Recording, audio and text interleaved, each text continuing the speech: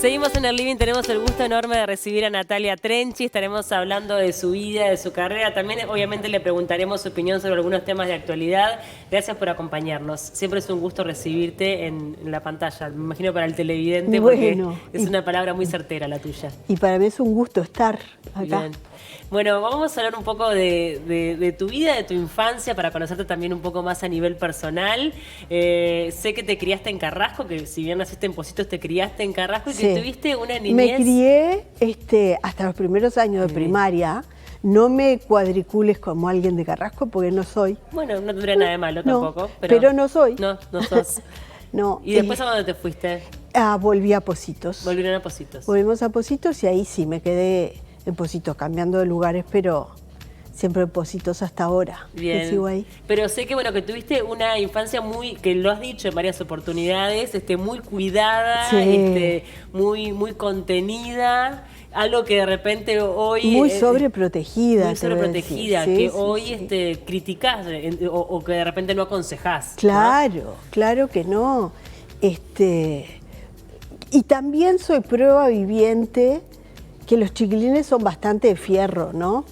Porque si fuéramos el resultado exclusivo de la crianza, yo todavía seguiría prendida a la pollera de mi mamá. Y no fue lo que hice. Así que en realidad soy la demostración de que influye una cantidad de cosas y que además una cosa es el mensaje explícito y otros los que sobrevuelan. Es interesante eso. Entonces, fui muy cuidada, muy sobreprotegida, pero también en mi entorno se valoraba al que iba para adelante, al que avanzaba. Eso de aprender del ejemplo, que me parece que es fundamental, ¿no? Obviamente lo que uno dice está muy bien, pero lo que hace es la principal clave para educar a un niño. Lo que pasa es que se aprende del ejemplo, pero no para copiarlo tal cual. ¿tá? Y ninguno de nosotros es la fotocopia de su madre ni de su padre, por suerte.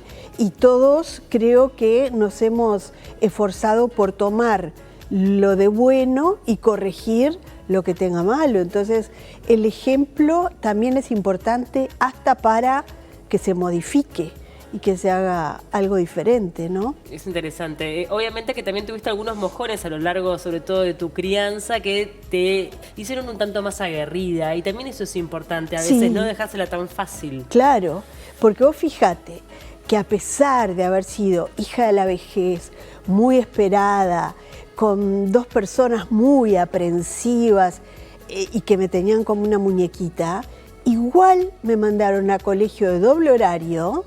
Yo vivía en Carrasco y el colegio era en 8 de octubre y Garibaldi, un colegio que en aquel momento era de avanzada y no era lo frecuente ni que uno fuera a la escuela todo el día, ni que se aprendieran idiomas, ¿no? Claro. Entonces, muy cuidada por un lado, pero con ese impulso que sinceramente creo que fue lo que me salvó, ¿no? Claro. La pasé horrible, horrible, lloré años, recién hablábamos que una columnista de ustedes, Ana Rosa Rodríguez, era compañera mía de jardinera, le pueden preguntar a ella, porque debo estar en los anales de niños que más lloraban en la escuela, sin lugar a dudas. Y por suerte nadie me tuvo demasiada lástima. Claro.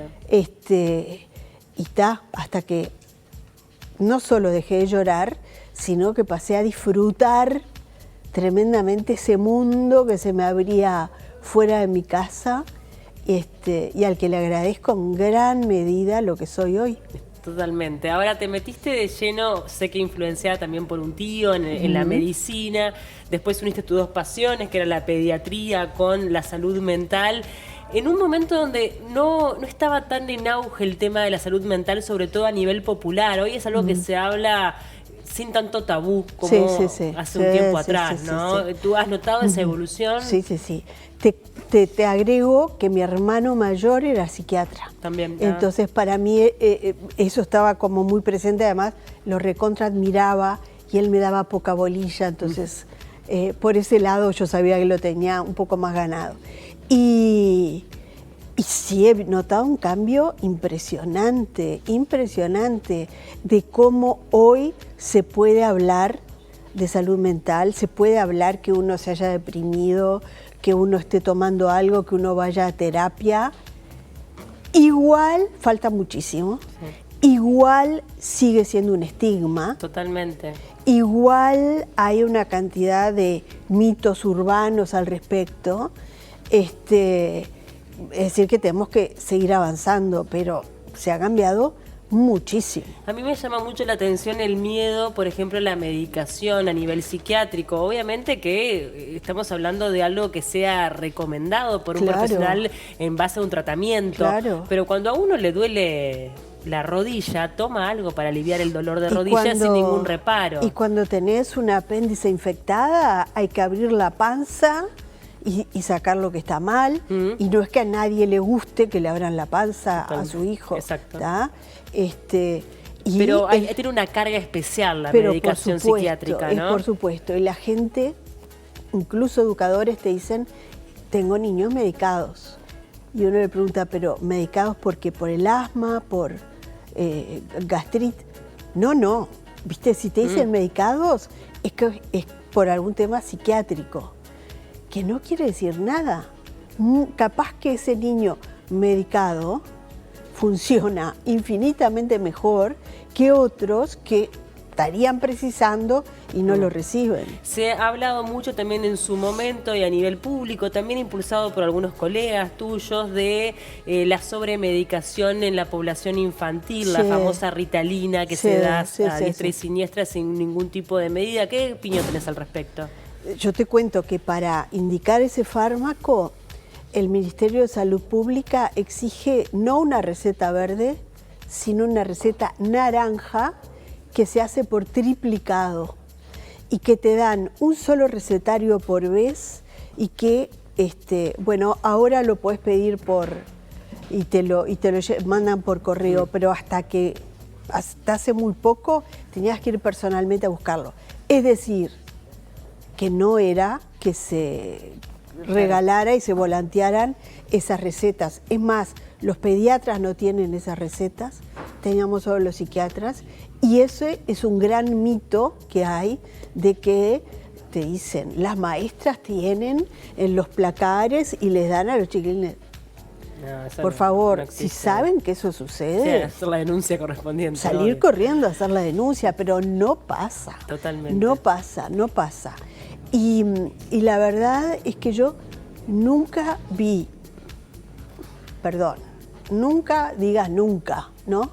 Y de repente he visto algún niño que no hubiera necesitado estar medicado y lo estaba, pero he visto muchos más niños que se hubieran beneficiado de alguna medicación puntual y que el no recibirlas los empujó a la exclusión social, a la exclusión escolar y tuvieron un destino espantoso. Claro. Sí, hay situaciones que se están viendo como muy marcadas en esta época, tal vez fruto de la digitalización que estamos teniendo, tal vez fruto de la pandemia, la ansiedad hoy está como muy presente, sobre todo en los adolescentes. En un momento se habló, no sé, de la sexualidad, después se habló de los límites y ahora, ¿cuál es el tema? Las pantallas.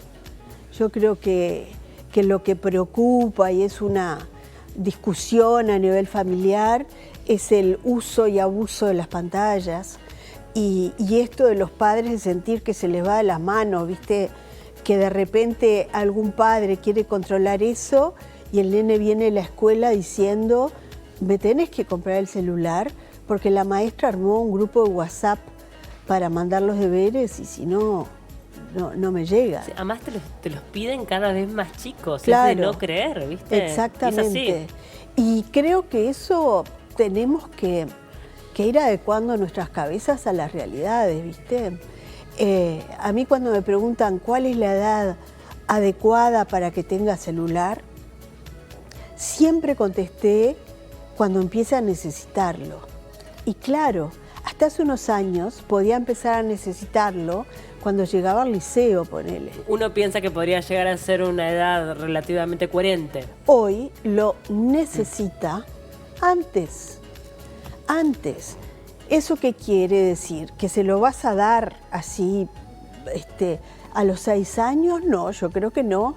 Y que cuando se lo des, se lo vas a dar con supervisión, con cuidado, de la misma manera que tampoco lo llevas al parque y mirás para otro lado o a la playa, ¿no? Claro. El rol del adulto que supervisa, que guía, que orienta, que regula, tiene que estar presente en todo, también en el uso del celular, claro. Que lo que menos se usa es como teléfono, ¿no?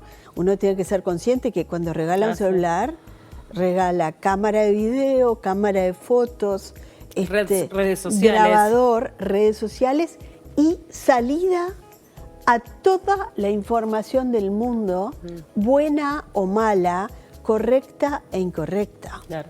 Ahora estamos en un momento clave, sobre todo a nivel educativo, donde por parte de autoridades se plantea la necesidad de una reforma educativa, donde se habla de la importancia de poner el foco en las competencias de los chiquilines. Obviamente que esto trae posiciones a favor, en contra. No nos vamos a meter obviamente en temas políticos, pero sí hablar de la competencia en el niño. ¿Qué tan importante es poner el foco ahí?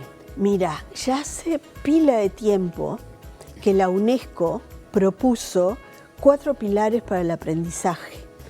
El primero, aprender a aprender. Cuando yo iba a la escuela, uno de los pilares más importantes, si no el único, era llenarte de información. Y la memoria. La memoria, y que tuvieras en tu cabeza las fechas de las batallas, las reglas gramaticales, las cadenas montañosas, todo eso. Hoy lo que les tenemos que enseñar es aprender a aprender, porque la información está ahí, no gastes tiempo en cosas que no te aportan. Aprende a aprender, a buscar información y ver qué hacer con eso, que es el segundo pilar. Aprender a hacer, a que esa información te sirva para hacer, para modificar tu mundo, mejorarlo y producir, crear. Tercero, aprender a vivir en sociedad.